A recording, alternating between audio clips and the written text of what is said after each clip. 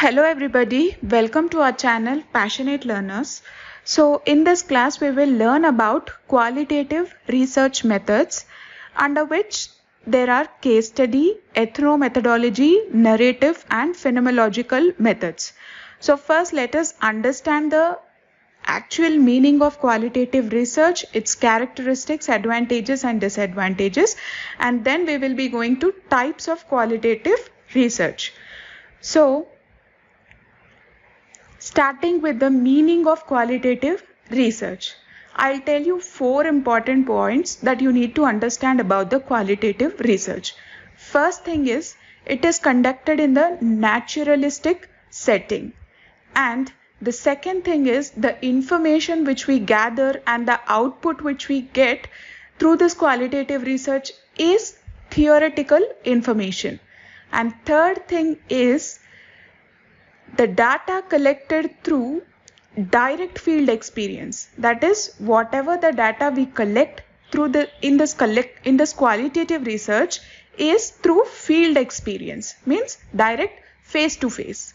And the fourth important thing you need to remember is, why will we conduct this qualitative research? In order to gather the information, the information is about the attitude, behavior and preferences of the people. So these are the 4 important things you need to understand about qualitative research. I'll repeat it again. The first one is, it is conducted in the naturalistic setting. The second one is, the data is in the theoretical form. The third one is direct field experience. And the fourth one is, it is to know about the attitude, behavior and preferences of the people. Characteristics of qualitative research. It is to study the real world situation, means what is happening in the real life situation, means about the humans, what they are dealing with and how they are facing. So these are the things which can be studied through qualitative research. And second is, it uses inductive approach. We already know what is inductive approach. Moving from particular to generalization, means formulating a theory is the main task of qualitative research. And the third thing is, gives in-depth knowledge of the phenomenon. As we are doing the field experience, like we are meeting the subject, a researcher is meeting his or her subject face to face, which gives in-depth knowledge, through which we are understanding the attitude of our subject, right? So that is nothing but in-depth knowledge. And the fourth one is, uses multiple methods. Like there are different types of this qualitative research, like phenomenological, case study, all this. So it uses many different methods to gather or to collect the information. And the fifth thing is, result is descriptive in nature. We already discussed it. The results are in the form of theory. Next, coming to advantages.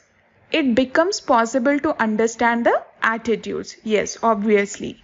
And it saves money. So one thing you need to understand is, we are not choosing a large population. So it is not suitable to conduct the qualitative research upon the large population, as we are conducting it on few people only. So it saves money. And next thing is, it is open-ended in nature.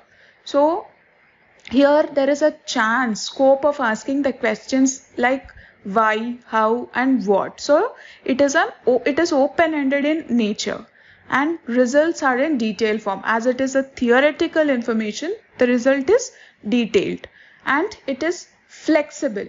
Flexible in the sense, here the researcher attitude is not rigid. Sometimes the attitudes of people may change. So that is nothing but flexible. Disadvantages of the qualitative research. So no statistical representation. Yes, if it is statistical, if it is in some numbers, we can understand it very clearly. But here the data is theoretical. And next is time consuming. As we are interviewing the person face to face and we are doing it through field experience, it is definitely time consuming. It has no rigidity, means I already said that the attitude of people may change with respect to time. So it may be a problem sometimes. So that is why it comes under the disadvantage. And fourth one is creates data that is difficult to present. As it is a theoretical data, it becomes somewhat difficult to present it and labor intensive. We are going to the field, we are collecting the information, everything. A researcher has to do each and everything by himself. So it is labor intensive. And next one, types of qualitative research methods.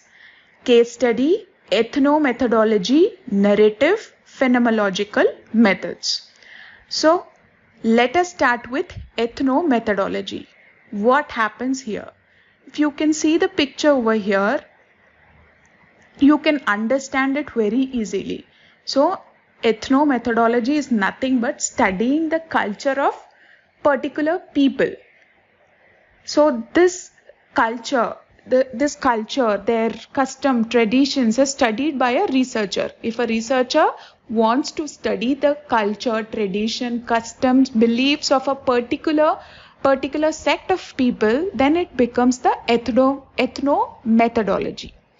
So here what happens is the researcher has to stay with these people and conduct the research. I can give an example over here. If you watch the channels like National Geographic channel, this kind of channels, you can see that people from our India or maybe from US, they will go to some African countries and they will do a research. They'll conduct a research based on the custom, tradition, mannerisms, means what they are eating, like how they are staying in forests. All these things comes under the ethno methodology. Each and every research method has its own steps. So ethno methodology also has few steps over here. First step is problem formulation. Means you need to understand why are we conducting this research. The first step is that problem formulation, and the second step is selecting a research setting. Means which kind of place are you selecting to do a research. Third one is gaining access. Means taking permission from those people or those tribes upon whom you wanted to perform this research. And the fourth one is presenting oneself. Means being a part of that tribe is the fourth step. Fifth step is you need to start your research, gathering and recording information. The next kind of qualitative research is phenomenological research. So here I have kept a picture. If you look into the picture, it is nothing but a picture from the Kerala floods. So if a researcher goes to a person and if the researcher really wants to know the experiences of a particular person, then it becomes the phenomenological research. These experiences are many times related to bad experiences only. So if a researcher goes to a person who experienced these floods, means who is a victim of these floods, if he wanted to gather the information from that person, it becomes the phenomenological research. So what are the steps? The first step is bracketing. Bracketing means you need to take into consideration only the useful thing and eliminate the remaining things. You need to take into consideration only the useful things. That is, you need to put aside the misconceptions about the particular topic on which you are performing the research. So that is bracketing. And the next thing is intuiting. Intuiting means you need to understand the unexplained feelings of the subject. Means few people, if they undergo some bad experience, they many times cannot express that properly. But as a researcher, you need to understand those unexplained feelings. That is nothing but intuiting. And analyzing. Analyzing is nothing but, again, it becomes understanding the information which you received from the subject And the final one is describing. You need to explain. As a researcher, you need to explain the information to the people, to the other people, about the experience of the victims. So these are the 4 things.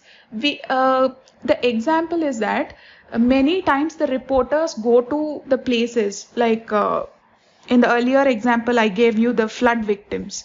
So they go to them and they start interviewing or asking their experiences. That is nothing but phenomenological research. And the next thing is case study. Case study is again to know the attitude and behavior or to understand a particular person very deeply. Okay, so this is case study, and this case study is done through observation and interview. And in this case study, there are different types. So the different types are collective case study, descriptive case study, explanatory, exploratory, instrumental, intrinsic case studies.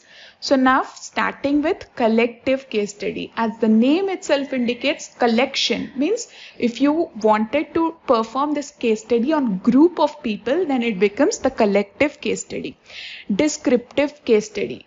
Descriptive means what happens in this descriptive case study is you need to gather the theoretical information about the particular case, and then you need to perform the case study practically, and in the third step you need to compare the theoretical case study and the practical case study and give your solution. So this is what happens in the descriptive case study. Explanatory case study. This is done in order to explain the cause and effect relationship. If you take a topic like obesity, so what is the main reason for causing this obesity? It is nothing but overeating. So here overeating is the cause, obesity is the effect. So this is explanatory case study. And exploratory case study. Remember this, exploratory case study is also known as the pilot case study.